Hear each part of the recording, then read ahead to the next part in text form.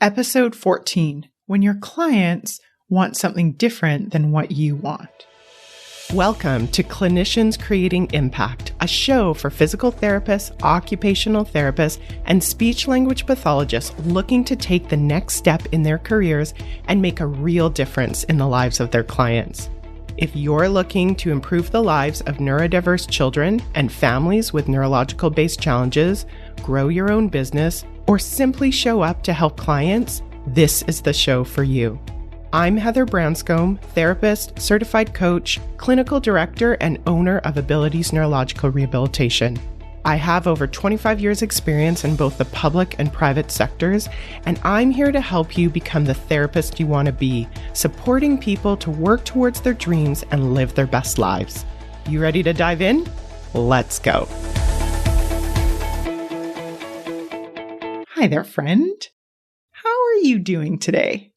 I don't know about you, but it feels like today when I'm recording this podcast anyways, it feels like spring is really here to stay.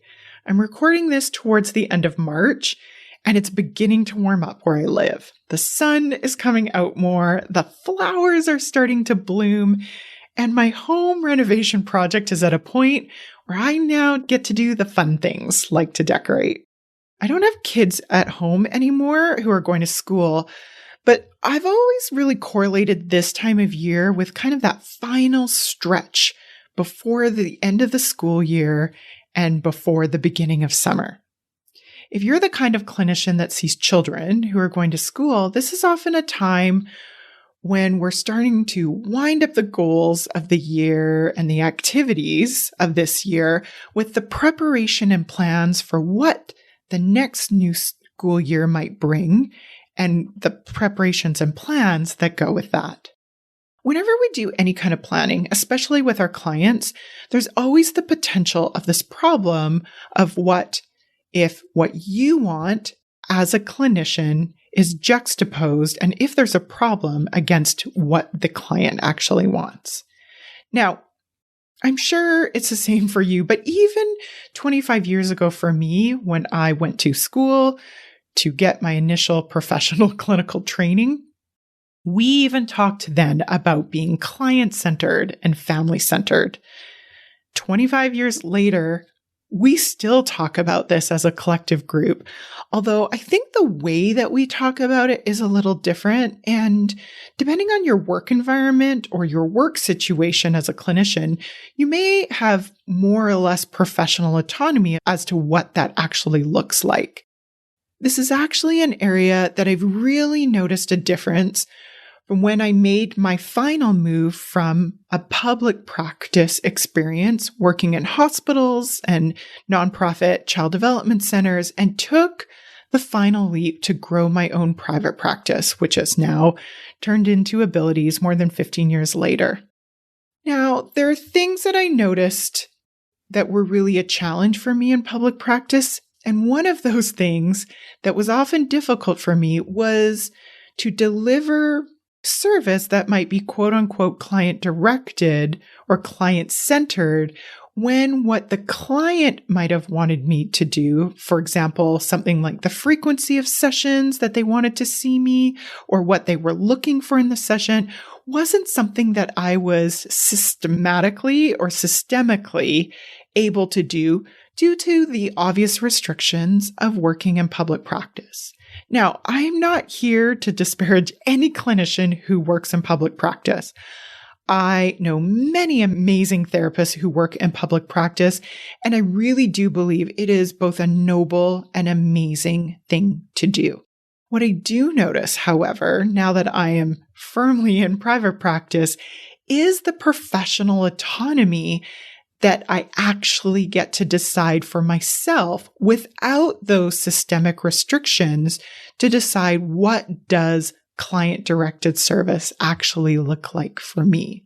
And I'm also able and willing to deliver that kind of service, often that the client is requesting. But sometimes I'm not.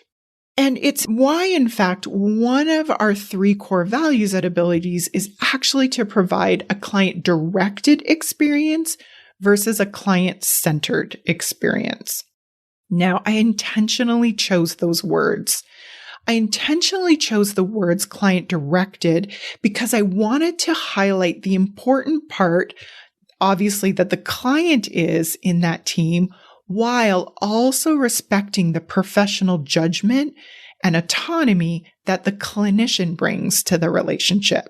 So whether you work in public practice or in private practice, on your own or within a larger team, if you're having a challenge with what your client wants versus what you want as a clinician, this podcast episode is for you.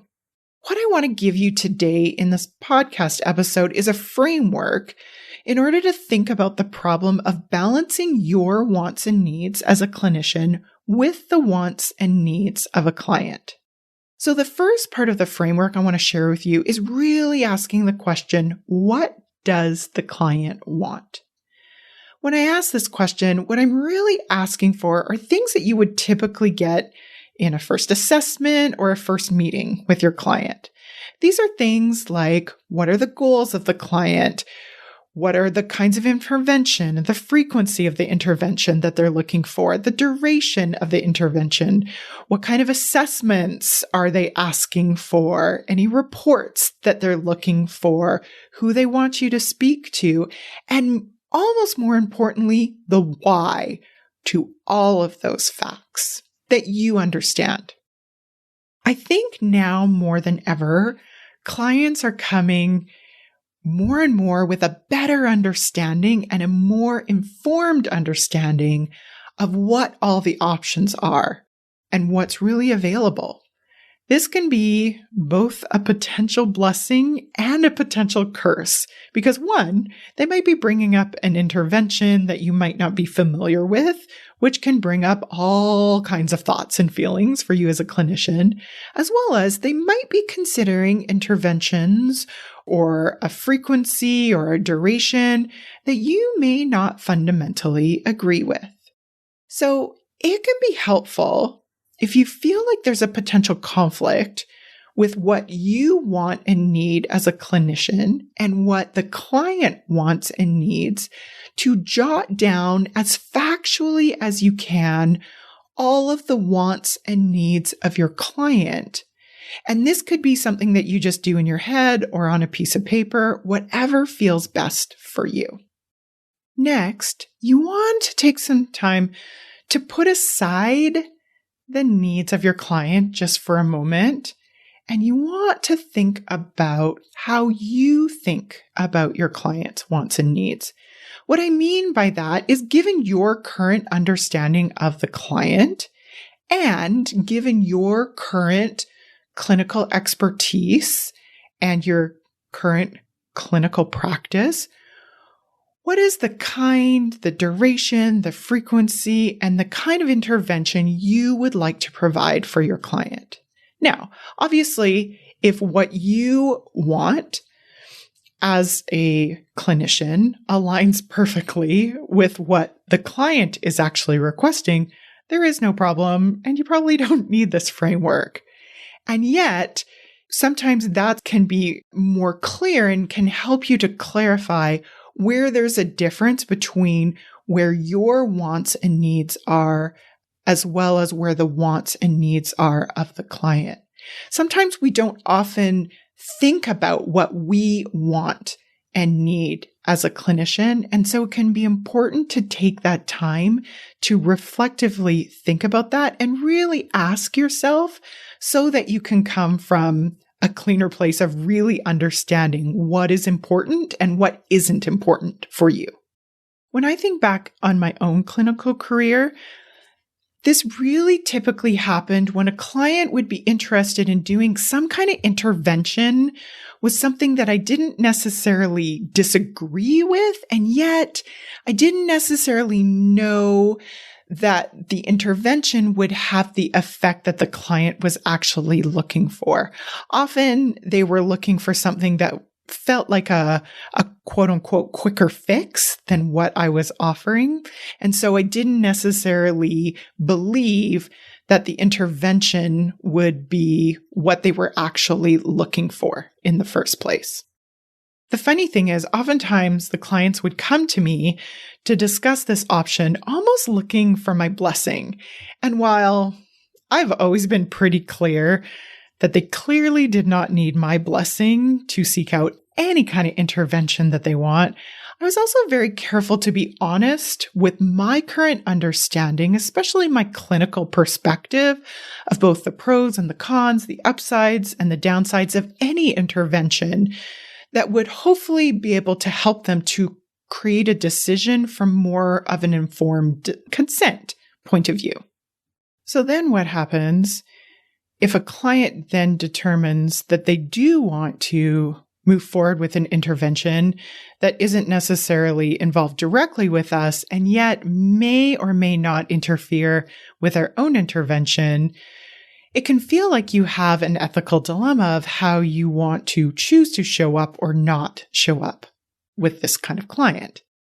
The second potential ethical dilemma that can come up for me as a clinician in that is if something were to go quote unquote wrong with the client, there's the dilemma of whether or not my professional participation contributed to or could potentially contribute to the potential harm or issues over a treatment of a client.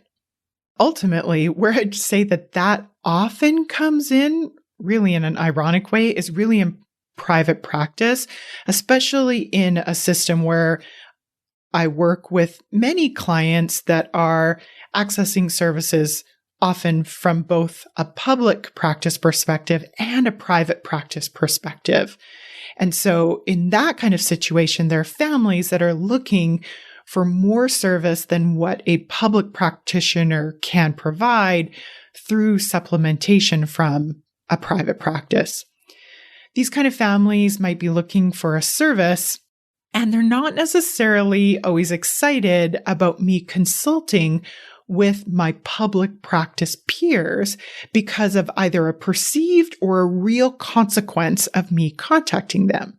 So, to be clear, for example, some families who were waiting or even receiving a certain amount of service from public practice would be told by a clinician, if you then choose to access services from private practices, you would either lose the service from the public practice therapist or you would be downgraded on the wait list.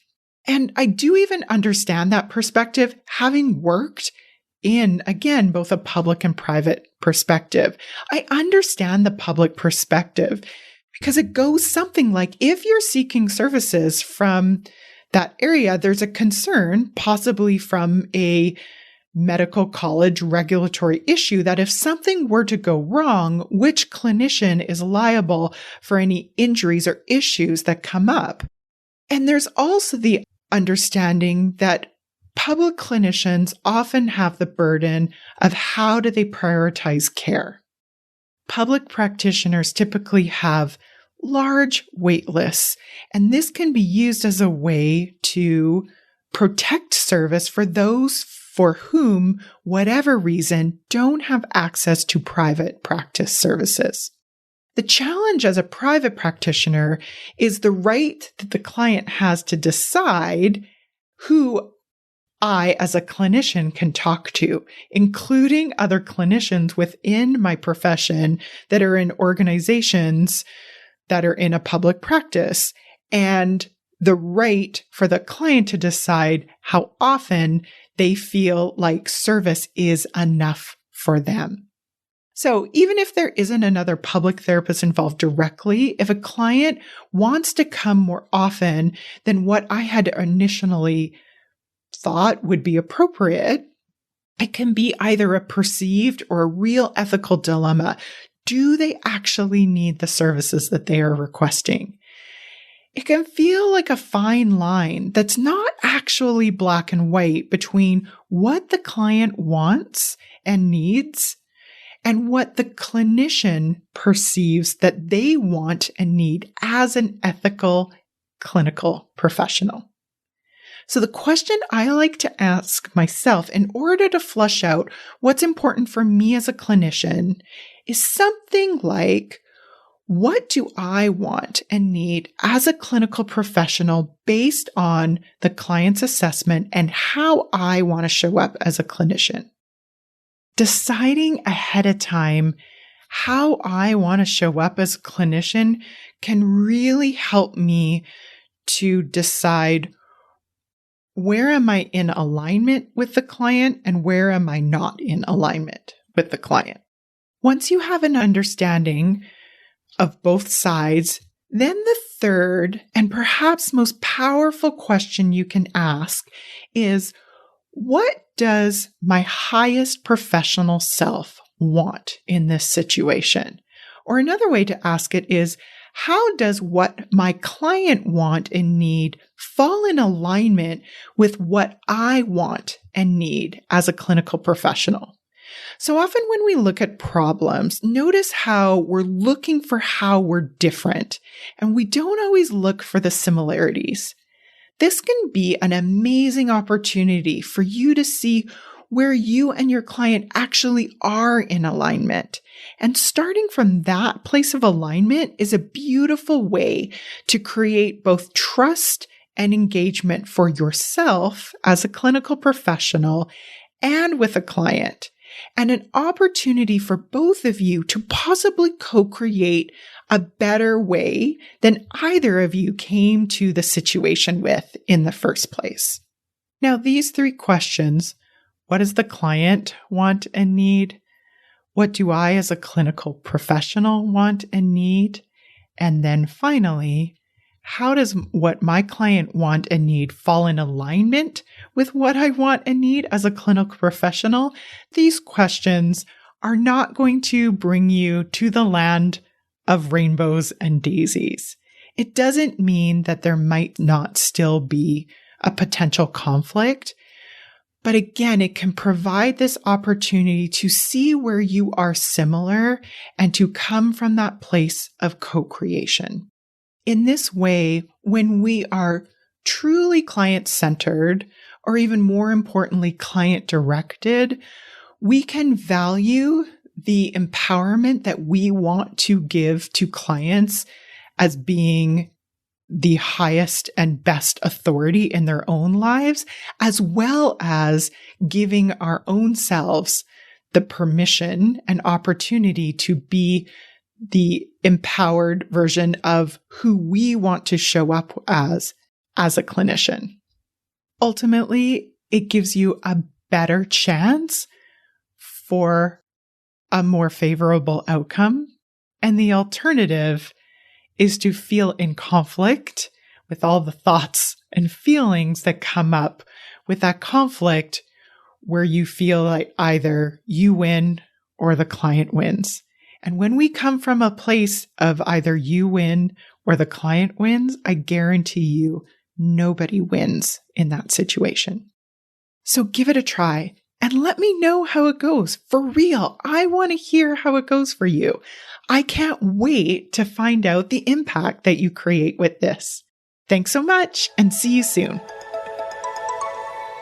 If you enjoyed today's show and don't want to worry about missing an episode, you can follow the show wherever you listen to your podcasts.